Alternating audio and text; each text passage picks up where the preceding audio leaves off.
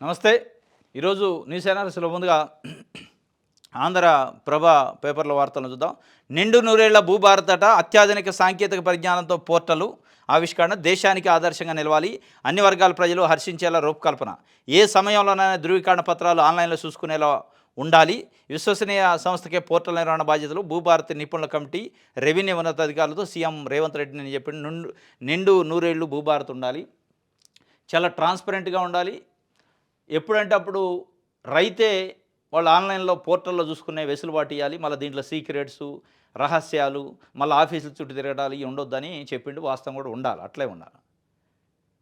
ఎందుకంటే మళ్ళా ఆఫీసర్లపైన కార్యాలయాలపైన ప్రభుత్వం పైన ప్రతిసారి వాళ్ళకి కావాల్సినప్పుడు అలా ఆధారపడకుండా ఎప్పుడంటే అప్పుడు మనమే ఆన్లైన్ నుంచి ప్రింట్ తీసుకునే వెసులుబాటు ఉంటే అది డిజిటలైజేషన్ అయినట్టు, దానివల్ల ఫలితాలు ఉంటాయి తప్ప మళ్ళీ దాంట్లో కొర్రీలు పెట్టి ఈ తప్పు ఉంది ఆ తప్పు ఉంది ఆ లాగిన్ కాట్లా ఇది కాట్లా సర్వరు అని ముప్పు తిప్పలు పెట్టే కార్యక్రమాలు తీసేయాలి. ఇప్పటితోనే ధరణితోనే చాలా విసికి వేసారారు చాలా ప్రజలు. అదొకటి నిండు నూరేళ్ళు అంటుండు. సరే నూరేళ్ల కథ ఏందో కానీ ఇప్పుడు పెట్టాక మంచిగా జరిగేటట్టు చూడండి ఫస్ట్.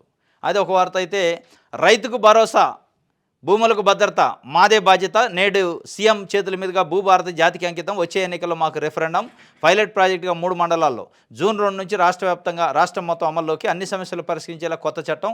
ధరణి అక్రమాలపై ఫోరెన్సిక్ ఆడిట్ జరిపిస్తాం. మీడియాతో పొంగులేటి చిట్ చాట్. ధరణి అక్రమాలపైన ఫోరెన్సిక్ ఆడిట్ జరిపిస్తారట. 15 నెలలు అయింది అధికారంలోకి వచ్చి. ఎప్పుడు జరిపిస్తారు? ధరణి తీసేయడానికే ఇన్నేళ్ళు పట్టింది మీకు.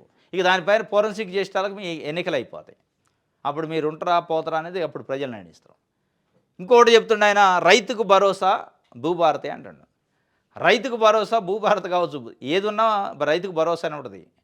ఇది పట్టా 66 చట్టం కానీ రైతు టైటిల్ డిక్లేర్ చేసేది కానీ. రైతుకు భరోసా జనాలు ఏమనుకుంటున్నారు, రైతు భరోసా ఇస్తున్నారు, ఆ భరోసా ఇవ్వట్లేదు అనుకుంటే 4 ఎకరాల వరకే వచ్చింది, అటు ఇంతవరకు రావట్లే మిగతాయి.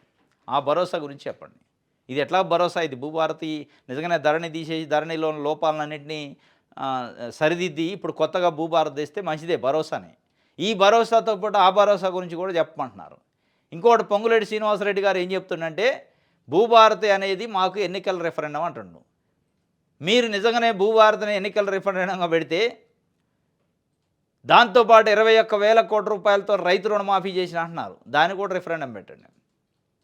రైతు భరోసా మేము ఇస్తున్నాం 2,000 పెంచి అంటున్నారు, దాన్ని రెఫరెండం పెట్టండి. ఈ మూడింటిని రెఫరెండం పెట్టుకొని పోండి, ఫలితం ఏందో తెలుస్తుంది. రైతు రుణమాఫీ రైతు భరోసా విషయంలో తిట్టకుండా రైతులు ఇవ్వాలి తిడతాను. ఈ భూభారతి విషయంలో కూడా దీని రిజల్ట్ వస్తే కానీ తెలిసింది మీరు రెఫరెండం ఎంతవరకు సక్సెస్ అయితే అనేది.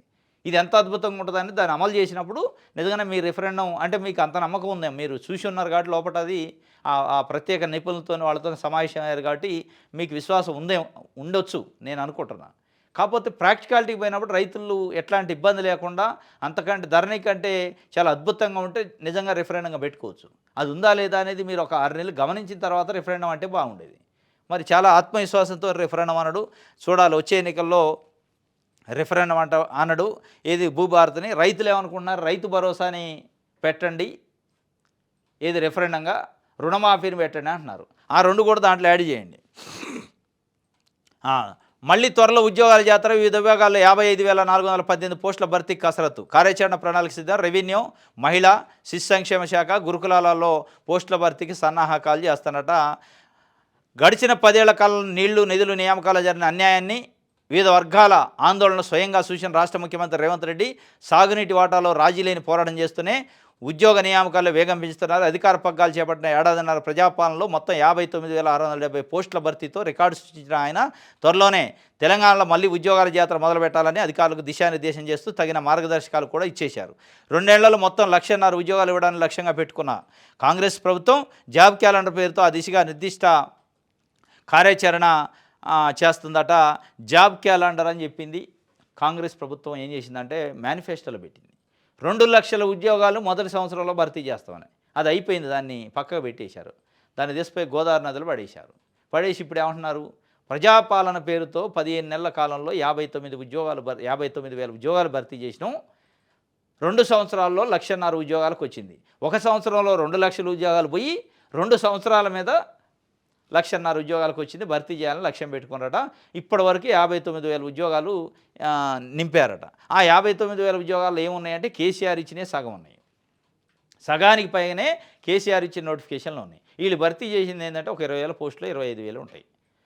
ఇప్పుడు మళ్ళీ 55,000 పోస్టులు భర్తీ అంటున్నారు. ఇది మీరు చేసే భర్తీ. కానీ నిరుద్యోగులు అనుకుంది ఒక సంవత్సరంలో 2,00,000 ఉద్యోగాలు వస్తే కాంగ్రెస్ వస్తాయని ఓట్లేశారు. 2,00,000 ఉద్యోగాలు వస్తే కాంపిటీషన్ తక్కువ ఉంటుంది, ఒకసారి వెళ్ళిపోవచ్చు అని. మీరు తేప 1000, తేప 2,000 ఉద్యోగాలు ఇస్తే అది ఇచ్చినట్టు కాదు, ఇయ్యనట్టు కాదు, మొత్తం ఫలితం రివర్స్ అయింది మీకు.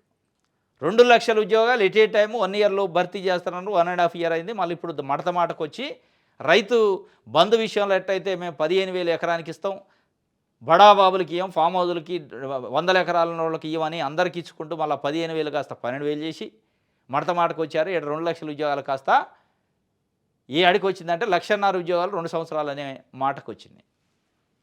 మొత్తానికైతే త్వరలో ఉద్యోగాల జాతర అయితే ఉంటుందట. ఆ ఉద్యోగాలు ఏందని చూద్దాం. 9వ పేజీలో ఉంది.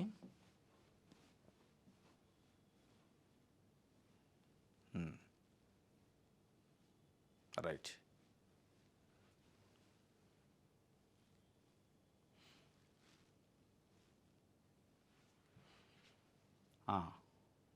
ఇది ఈ విభాగాల్లో ఖాళీలను గుర్తించి ప్రక్రియ పూర్తి కావడంతో సాధ్యమైన త్వరలోనే 55,418 ఉద్యోగాల భర్తీకి కసరత్తు చేయాలని ఆదేశాలు ఇచ్చారు. ఈ ప్రక్రియ పూర్తి అయితే మొత్తం 1,15,000 ఉద్యోగాలు భర్తీ చేసినట్టు అవుతుందని వాళ్ళు అనుకుంటున్నారట.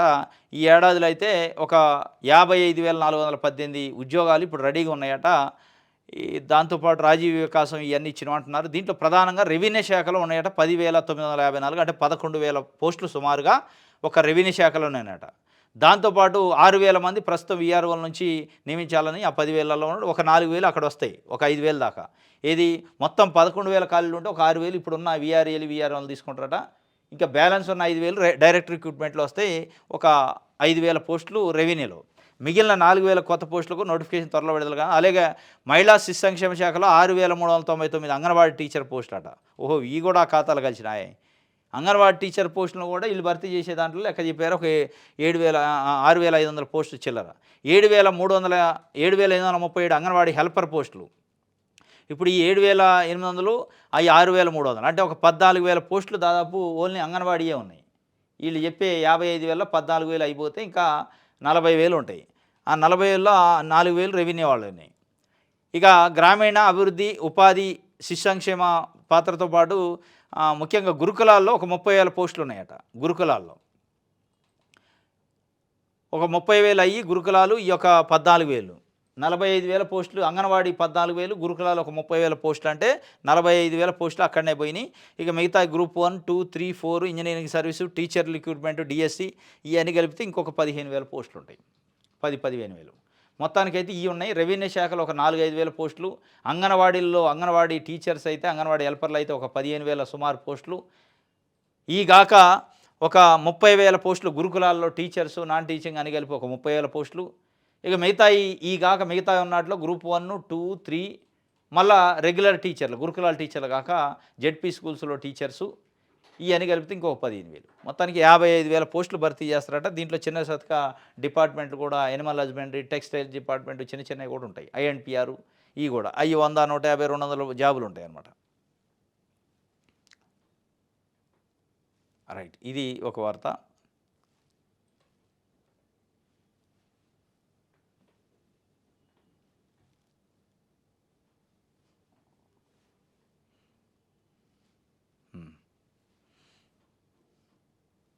నేటి నుంచే ఎస్సీ వర్గీకరణ, అంబేద్కర్ జయంతి కానుకగా అమలు. దేశంలోని తొలి రాష్ట్రంగా రికార్డు అమలు ఉత్తర్వులు తొలి ప్రతిని నేడు సీఎం రేవంత్ రెడ్డికి సమర్పించనున్న కేబినెట్ సబ్ కమిటీ. ఇది చరిత్రలో లిఖించదగిన రోజు. Sub committee chairman Uttam Kumar Reddy. నేటి నుంచే ఎస్సీ వర్గీకరణ అట. అంటే అంబేద్కర్ జయంతి రోజునే ఎస్సీ వర్గీకరణ ఆల్రెడీ అంత అమల్లో రాలేదు, కానీ అంత ప్రాసెస్ అయింది. అమల్లోకి తీసుకురావడం జీవో విడుదల చేస్తారట. ఆ తొలి ప్రతిని రాష్ట్ర ముఖ్యమంత్రి రేవంత్ రెడ్డికి ఇస్తారట. రేవంత్ రెడ్డికి ఎందుకు ఇవ్వాలి? ఎస్సీలకు ఇవ్వాలి. ఆయన ఎస్సీ కాదుగా. దాని ఫలితాలు అనుభవించేది ఎస్సీలు. ఎస్సీ వర్గీకరణ ఫలితాలు అనుభవించేదే ఎస్సీ వర్గాలు. వాళ్ళకు ఎవరినైనా పిలిచి ఇవ్వాలి, కానీ రేవంత్ రెడ్డికి ఇచ్చేది ఇచ్చేదే రేవంత్ రెడ్డి. వర్గీకరణ చేసిందే రేవంత్ రెడ్డి. మళ్ళీ ఆయనకే ప్రత్యుత్తరం అంటే చేసింది ఎవరు ఇప్పుడు ఇక్కడ? మరి ఉత్తమ్ కుమార్ రెడ్డి. ఆ committee sub committee, cabinet sub committee chairman. ఆయన దేశపై ముఖ్యమంత్రికి ఇటు ముఖ్యమంత్రి వీళ్ళందరూ కలిసి ఎవరికన్నా ఎస్సీలను పిలిచి వాళ్ళకి చేతిలో పెట్టాలి. కానీ ఇది నేటి నుంచే ఎస్సీ వరకు అన్నట. బియ్యం కాదు, అది సన్న బియ్యం కాదు, 40% నౌకలే ఉన్నాయి. కాంగ్రెస్ మోసం చేస్తుంది. రేవంత్ పాలనపై జనం విసిగిపోయారు. భూములు ఎవరికి కుదవబెట్టారు, 170 కోట్ల లంచం ఎవరికి ఇచ్చారు నిలదీసిన మాజీ మంత్రి హరీష్ రావు. మీరు నిలదీయటం కాదు, కేటీఆర్ 170 కోట్ల రూపాయలు లంచం ఇచ్చి లంచం ఇది కమిషన్తోని లోన్ తెచ్చుకున్నారు అని కేటీఆర్ అంటాడు. ఆయన ఎవరో చెప్పమని బండి సంజయ్ చెప్తుండు, అరవింద్ చెప్తుండు. ఆ 170 కోట్ల రూపాయల బ్రోకరేజ్ తీసుకున్న బ్రోకర్ ఎవరు, ఆయన పేరు చెప్పొచ్చు కదా. ఇంకొక ఆయన బీజేపీ ఎంపీ ఉంటున్నారు కదా, ఆయన పేరు కూడా చెప్పొచ్చు కదా అని అరవింద్ చెప్తుండు. మీరే చెప్పాలి ఎవరో 170 కోట్లు తీసుకున్న ఆయన. చెబితే అయిపోయా, కేసు పెట్టుతారు. ప్లస్ భూములు ఎవరికి తనఖా పెట్టిందో ఆడ తెలిసిపోద్ది. లోన్ ఇప్పించిన బ్రోకర్కే తెలుస్తాయి ఇవన్నీ. ఆ బ్రోకర్ది ఇన్ఫర్మేషన్ అంతా కేటీఆర్ దగ్గర ఉంది, ఆయన్నే అడగండి బెటరు. దాంతోపాటు ఇంకోటి సన్నబియ్యం కాదా ఈ 40% నౌకలే ఉన్నాయి అంటాడు. వాస్తవంగా సన్నబియ్యం చాలా అద్భుతమైన స్కీము, మంచిగా పెట్టారు. దాంట్లో నో డౌట్ 100కు 100% అప్రిషియేట్ చేయాల్సిందే కాంగ్రెస్ పార్టీ ప్రభుత్వాన్ని. సన్నబియ్యం వల్ల చాలా బ్లాక్ మార్కెట్ తగ్గుతుంది కూడా ఇప్పుడు ఈ నెలలో సన్నబియ్యటం వల్ల. అంటే బ్లాక్లో ఈ బియ్యం రేషన్ దుకాణాలు తీసుకొని బయట అమ్ముకునే వ్యవహారం చాలా వరకు తగ్గుముఖం పట్టింది. కాకపోతే దురదృష్టవశాత్తు కొన్ని దగ్గర వీళ్ళు ఇచ్చే బియ్యాన్ని వండితే మళ్ళీ అదే పద్ధతిలో ముద్ద అయిపోతుంది. మరి సన్నబియ్యంలోనే కొత్త ఇచ్చారా లేదంటే మిక్స్ అయినాయా అవి ఇవి లేదా పాలిష్ చేసి ఇస్తారా తెలియదు. కానీ దాన్ని ప్రభుత్వం మానిటర్ చేసుకొని దాన్ని అబ్జర్వేషన్ చేసి పర్యవేక్షించకపోతే మీరు ఇచ్చిన సన్నబియ్యం ఫలితం రైతు రుణమాఫీ లెక్కన ఇది. మీరు ఇచ్చిన సన్నబియ్యం ఫలితం ఇవాళ మీ ప్రజాపాలనలో ప్రజలు ఎట్లయితే విసిగి వేసారి వ్యతిరేకత వ్యక్తం చేస్తారో అదే అయింది. నిజంగా సన్నబియ్యం అద్భుతం. ఆ అద్భుతాన్ని మీరు ప్రభుత్వం మలుచుకోవాలి జాగ్రత్తగా. ఎక్కడా కూడా దాంట్లో నెగిటివ్ చర్చ రాకుండా చూడాలంటే మంచి క్వాలిటీ ఉన్న బియ్యం ఇవ్వాలి. మళ్ళీ దాంట్లో కూడా మళ్ళీ లేక్ వ్యవహారం చేసి లో వ్యవహారం చేసి ఈ మీడియేటర్లు వాళ్ళు వీళ్ళు కలిసి వాటిని ఏముందో ప్రజలు తినేగా ఏదో ఒకటి ఇద్దాం కుక్కలకో పందులకు ఇచ్చినట్టు అంటే కుదరదు. వెంటనే తెలిసిపోద్ది. ప్రజలు అంతా పిచ్చోళ్ళు కాదు కదా, వండితే పట్టుకుంటే తెలిసిపోయా. ఇప్పుడు అదే చర్చ నడుతుంది. రేషన్ బియ్యం ఇస్తున్నారు, సన్నయ్య బాగానే ఉంది, కానీ వండితే వేరేగా ఉంది, కరెక్ట్ ఇవ్వట్లేదంటే ఏదో మతలబు జరుగుతుంది, ఏదో కల్తీ జరుగుతుందని ఒక చర్చ అయితే వచ్చింది. ఆ చర్చని ఫుల్ స్టాప్ పెట్టాల్సింది, ఆ చర్చని బంద్ చేయించాల్సిన బాధ్యత ప్రభుత్వం పైన ఉంది. దాన్ని మానిటర్ చేసుకోవాలి. ఇది 40% నౌకలు ఉన్నాయని అయితే చెప్తుండు హరీష్ రావు గారు. సాక్షి చూద్దాం.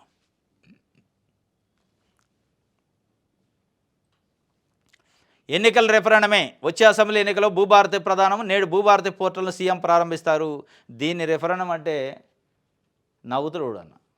అరే భూభారతి ఉండేది ఉంది, అది ఒక పోర్టలు. రెవెన్యూ రికార్డులు మెయింటైన్ చేయడం కూడా, రెవెన్యూ రికార్డులను సక్రమంగా మెయింటైన్ చేయడం కూడా రెఫరెండమేనా? ప్రజలకు ఏమి ఇచ్చిండు, రైతులకు ఏం మేలు జరిగిందో అది చూడాలి. కానీ ఆయన భూమి ఆయన కాడనే ఉంటుంది, ఆయన రికార్డు మీరు మెయింటైన్ చేస్తారు రైతుది, దానికి కూడా రెఫరెండం పెడతారు. అది కూడా అమలైనప్పుడు, ఇప్పుడు కాదు కదా.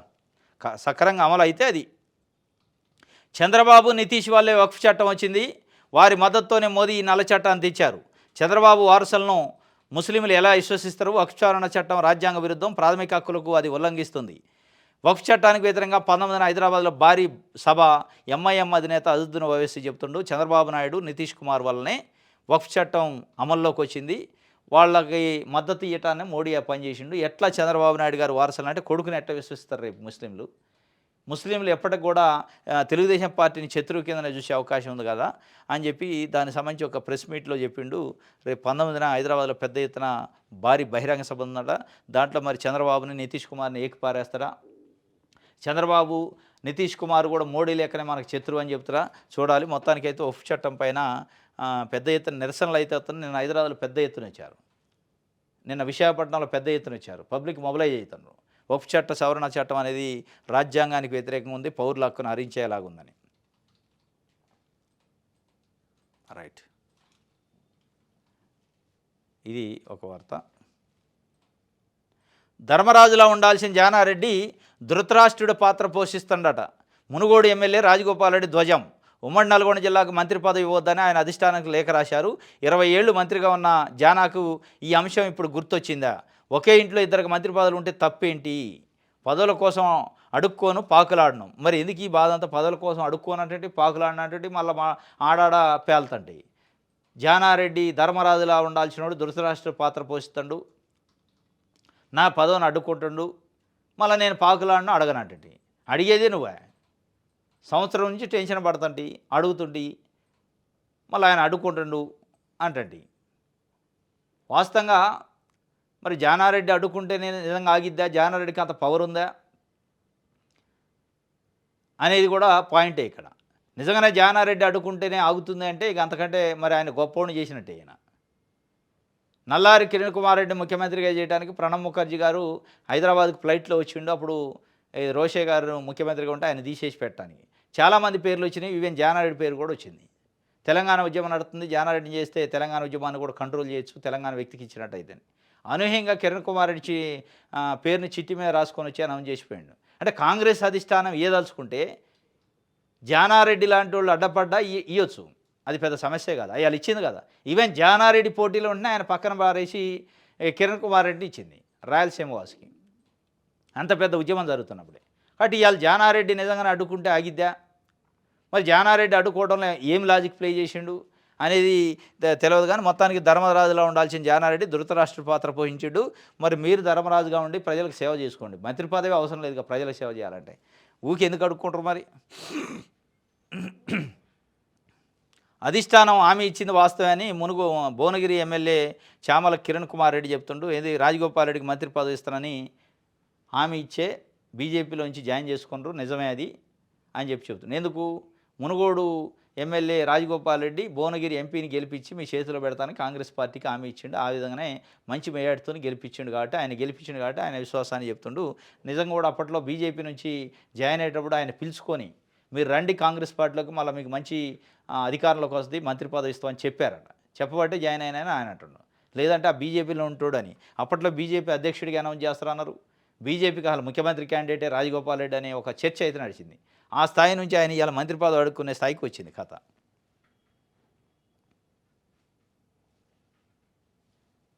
రైట్.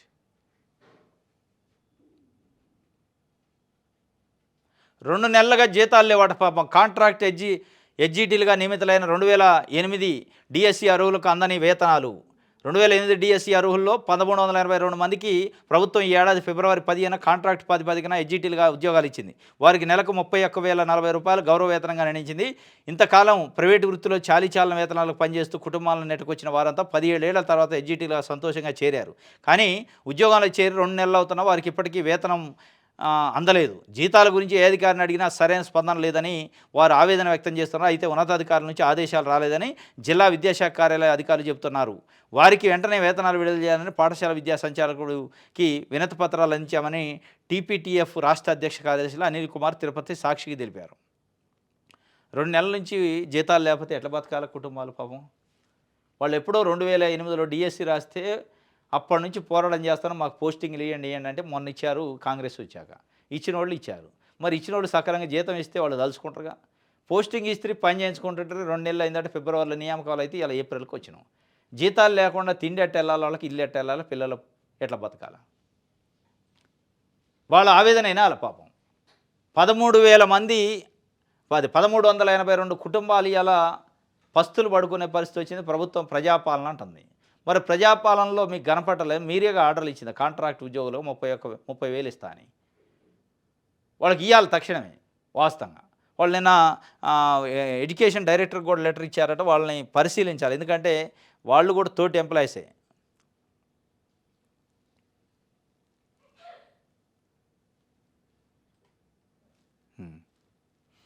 ఒక్క కమిషనర్ లేడట.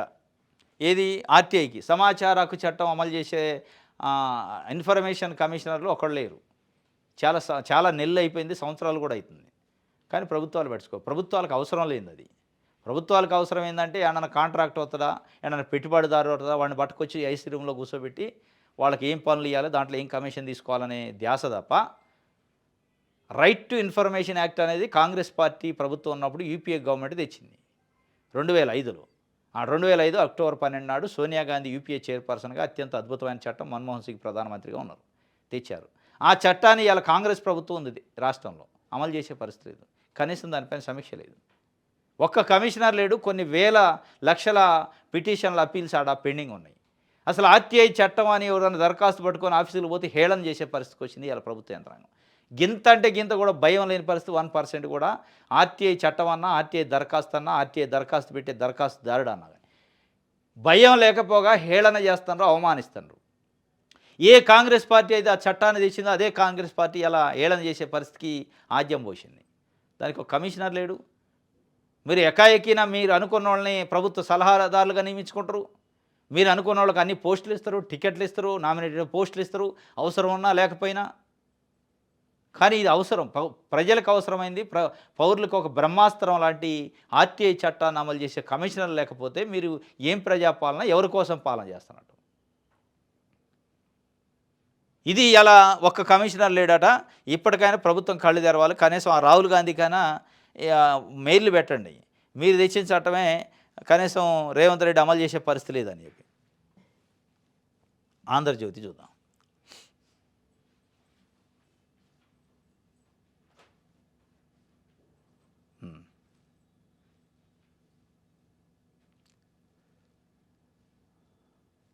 రైట్.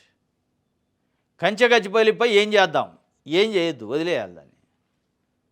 వదిలేసి చిన్నగా కోర్టులో ఉంది కదా, 16వ తారీఖు కోర్టులో, సుప్రీంకోర్టులో అఫిడవిట్ వేయాలి, అంటే కౌంటర్ వేయాలి.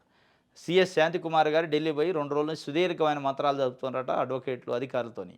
ఏం చేద్దాం అంటే ఇప్పుడు చేతులు కాలేక ఆకులు పట్టుకున్నట్టుంది. మీరు పోయేటప్పుడే, దాంట్లో దిగేటప్పుడే అన్నీ ఆలోచించుకోండి, లీగల్ కాన్సిక్వెన్సెస్ ఏమొస్తాయి అనేది.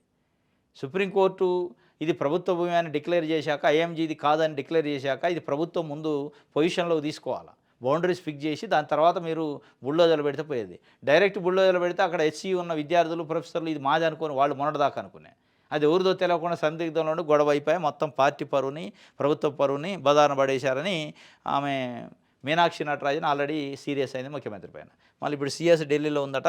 ఢిల్లీలో సిఎస్ శాంతికుమారి సమాలోచనలు, న్యాయవాదుల బృందంతో సుదీర్ఘ భేటీ, 16న సుప్రీంకు సమర్పించాల్సిన నివేదిక, అమికస్ క్యూరీ అడిగిన ప్రశ్నలపై చర్చలు, కంచెగచ్చిబౌలి భూములపై సుప్రీంకోర్టులో be the change welfare society కూడా ఒక పిటిషన్ వేసిందట, ఇప్పుడు అయిపోయింది కంచెగచ్చిబౌలి పైన, ఒక ఎన్జిఓ ఆర్గనైజేషన్. రైట్, ఇది ఒక వార్త. వక్ఫ్ చట్టానికి వ్యతిరేకంగా భారీ నిరసన, అంబేద్కర్ విగ్రహం వద్ద ముస్లింల దీక్ష, హాజరై సంఘీభావం తెలిపిన టీపీసీసీ చీఫ్, బషీర్బాగ్లో ముస్లింల ర్యాలీ, 19న భారీ నిరసన సభ అని ఓవైసీ చెప్తుండు. అంబేద్కర్ హైదరాబాద్లో ట్యాంక్ బండ్ వద్ద ఉన్న అంబేద్కర్ విగ్రహం సమీపంలో వక్ఫ్ చట్టానికి వ్యతిరేకంగా చేపట్టిన నిరసన కార్యక్రమానికి భారీగా తరలిచ్చారు ముస్లింలు. దీనికి కారణం చంద్రబాబు నాయుడు గారు, నితీష్ కుమార్ ఇద్దరు వలన అయిందని అజదుద్దీన్ ఓవైసీ నిన్న ప్రకటన చేసిండు. వాస్తవం కూడా వాళ్ళిద్దరు నిజంగా మత్తు ఇపోతే చట్టమే కాదు ఇచ్చారు. దానిపైన పెద్ద ఎత్తున బెంగాల్లో నిరసనలు వ్యక్తం అవుతున్నాయి, చాలా రాష్ట్రాల్లో అవుతున్నాయి, ఆంధ్రప్రదేశ్లో అయినాయి, తెలంగాణలో అవుతున్నాయి. మరి ఇప్పుడు ఏం చేస్తారు, రివ్యూ చేస్తారని నిజంగానే చంద్రబాబు నాయుడు గారు వెనక్కి తీసుకునే పరిస్థితి ఉందా, అవకాశం ఉందా అంటే లేదు, అయిపోయాయి, చట్టం అయిపోయాయి. ఇంకోటి, అమరావతి డబుల్, ఏపీ రాజధాని విస్తరణకు మరో 44,000 ఎకరాలు కావాలి, 4 మండలాల్లో 11 గ్రామాల్లో భూ సమీకరణకు ప్రతిపాదన. మరి దీనిపైన ఆంధ్రజ్యోతి ఏమంటుంది? సేకరించవచ్చా, వ్యతిరేకమా, అనుకూలమా, ఈ సేకరణ మంచిదేనా, ప్రభుత్వం చేయొచ్చా? చెప్పదు. డబుల్ అయిపోయింది, చేయాలంటది సమీకరణ. ఎందుకు? వాడు చంద్రబాబు నాయుడు గారు ముఖ్యమంత్రి, సమీకరించేది చంద్రబాబు నాయుడు గారు ప్రభుత్వం, కాబట్టి తప్పు లేదు, ఒప్పే. ఇక్కడ అది ఆంధ్ర కాబట్టి తప్పు కాదు, ఒప్పే. ఇక్కడ తెలంగాణకు వచ్చేటప్పటికి హెచ్సియు భూములు 400 ఎకరాల పైన చర్చ నడుతుందంటే, హెచ్సియుకి అసలు అన్ని భూములు ఎందుకు? అమ్మి పడేసే కాడికి 2,300 ఎకరాలు అవసరమా యూనివర్సిటీకి? ప్రపంచంలో చాలా ప్రసిద్ధమైన యూనివర్సిటీలు కూడా 100 ఎకరాల్లో ఉన్నాయి అని చెప్పిండు. ఏంది ఆయన ఉద్దేశం? అంటే యూనివర్సిటీలలో అది హెచ్సియువా లేకపోతే ఉస్మాన్ యూనివర్సిటీయా, కాకతీయ యూనివర్సిటీయా పక్కన పెడితే 1000 ఎకరాలు ఉంటో ఆయనకి ఇష్టం లేదు. అక్కడ చదివేది ఎస్సీ, ఎస్టీ, బీసీ, మైనార్టీ పిల్లలు చదువుతారు. వాళ్ళకి ఏంది అంత రీసెర్చ్, అంత ఈ బిల్డింగులు, అంత జాగా, అంత లగ్జరియస్ అవసరమా అని మరి కాన్సెప్టా, లేదా తెలంగాణలో యూనివర్సిటీలకు అంత అవసరమా అనుకున్నాం. కానీ దానికైతే అవసరం లేదు కాబట్టి అమరావతికి అయితే డబల్ కావాలట. ఇప్పటికే 55,000 ఎకరాలు ఉంది ప్రభుత్వ భూమితో కలిపి, ఓ 37,000 ఎకరాలు రైతులు సేకరించారు. అది కాక ప్రభుత్వ భూమితో కలిపి 55,000 ఎకరాలు ఇప్పటికే ఉంది, ఎక్కడిదక్కడే ఉంది. అక్కడ ఒక బిల్డింగ్ లేదు, ఏది కట్టలే. ఇంకా మళ్ళీ ఇంకో 40,000 ఎకరాలు సేకరిస్తారట, సమీకరిస్తారట. ఈ సమీకరణకైతే ఓకే ఆంధ్రజ్యోతి, ఏబిఎన్ రాధాకృష్ణ గారు. కానీ పేద విద్యార్థులు చదువుకునే యూనివర్సిటీలకు అన్ని భూములు ఎందుకు అవసరమా అని చెప్పి ఆయన కార్నర్ చేస్తూ మొన్న 2 రోజులు వార్తలు రాసిండు. మరి ఏం దొందనీతో అర్థం కాదు.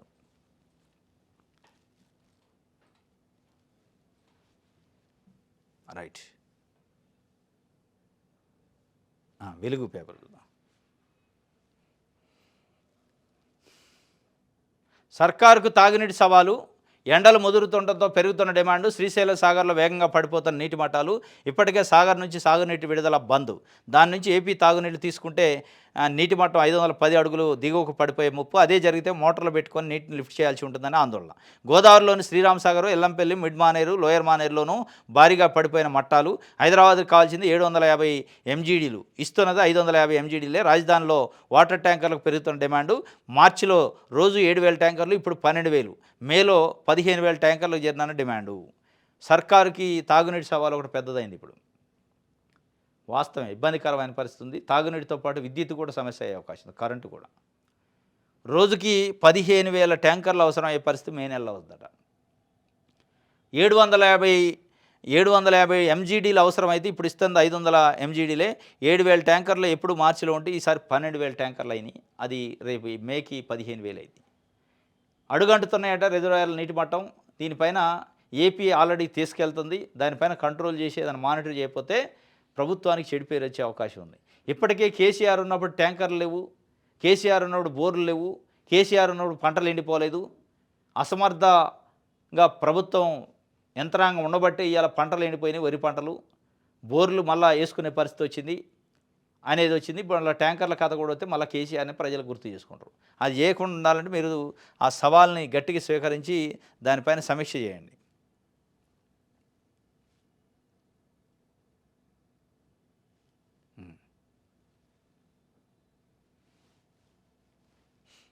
రైట్, ఇది ఒక వార్త. దిశ పేపర్.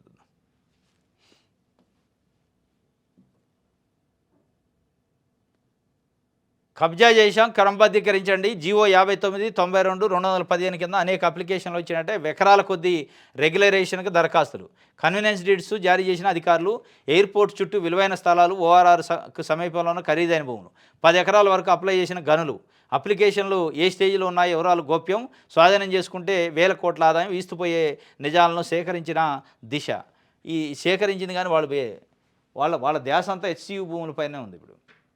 ఇట్లా బడాబాబులు ఔటర్ రింగ్ రోడ్ చుట్టూ, ఎయిర్పోర్ట్ చుట్టూ 100 ఎకరాలు కబ్జాలు చేసి వాటిని రెగ్యులర్ చేయమని దరఖాస్తులు పెట్టుకుని చేయటానికి చేతులు వస్తాయి. కానీ పేదోడు 100 గజాలు గుడి చేసుకుండు అంటే దాన్ని కోల్చడానికి బుల్డోజర్ని పంపించి హైడ్రాతోని రేవంత్ రెడ్డి గారు. నల్ల చెరువు లాంటి చెరువులో పేదోళ్ళు, చెరువు దగ్గర పేదోళ్ళు చిన్న చిన్న 1 రూము 2 రూములు వేసుకుంటే వాటిని దమ్మున నైటే కూల్చిండు. కానీ చాలా పెద్ద పెద్ద వంశీరామ్ బిల్డర్స్ లాంటి వాళ్ళు ఈ మధ్యకాలంలో బయటకు వచ్చినాయి. స్వయాన జడ్చర్ల కాంగ్రెస్ పార్టీ జడ్చర్ల ఎమ్మెల్యే అనిరుద్ధ్ రెడ్డే ఫిర్యాదు చేసిండు, అక్రమాలు జరుగుతున్నాయి, ఏం చేస్తున్నావు హైడ్రా కమిషనర్ అని. అయినా చర్యలు ఒక ఇటుక పిల్ల దిగలే. అదే పేదవాళ్ళదను స్పీడ్ పెరిగింది బుల్డోజర్ది.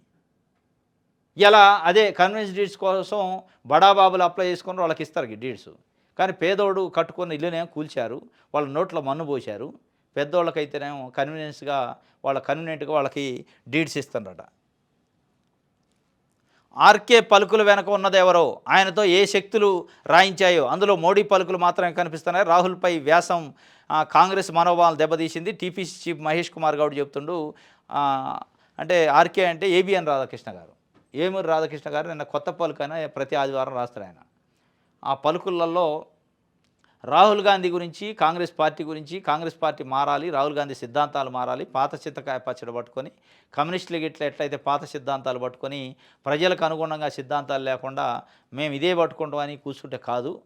ఇంకా దళితులు లేకపోతే ట్రైబ్సు, ఆదివాసీలు, గిరిజనులు అంటారా అని చెప్పిండు ఆయన. ఆదివాసీలు, గిరిజనులు, దళితుల గురించే పార్టీ ఉన్నట్టు చెప్తే ఎట్లా? అందరి కోసం ఉన్నాడు చెప్పాలి తప్ప వాళ్ళ గురించి ఊరికే మాట్లాడితే ఓట్లు పడతాయా, మేము వేస్తామా అన్నట్టు రాసిండు ఆయన. మా సిద్ధాంతం అది. అసలు ఈ పలుకులు వెనకున్నది ఎవరు? ఈ ఆర్కే పలుకులు కాదు, మోడీ పలుకులని మహేష్ కుమార్ గౌడ్ చెప్తుండు. ఆయనతో ఏ శక్తులు రాయించా, అందులో మోడీ పలుకులు తప్ప ఆర్కే పలుకులు కనపట్లే. తెలంగాణలో ఒక పార్టీని లేపడానికి ప్రయత్నం చేస్తుండు అని చెప్పిండు. మరి అది బీజేపీ అనుకుంటా, లేదా బీజేపీయా చంద్రబాబు నాయుడు గారి ఆధ్వర్యంలో కూటమే అది లేపడానికి అయితే ప్రయత్నం చేస్తానంటే ఈ మధ్యకాలంలో అట్లాంటి వార్తలు 2-3 రాసిండు. కూటమి చంద్రబాబు నాయుడు గారు అడుగు పెట్టబోతుండే తెలంగాణలో కేసీఆర్కి భయం అవుతుంది ఇట్లా రాసిండు.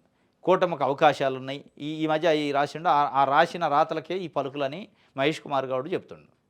ఇది దిశకు సంబంధించి ఇది ఈరోజు న్యూస్ అనాలిసిస్. రేపు తాజా వార్తలతో తిరిగి కలుసుకుందాం. Thank you.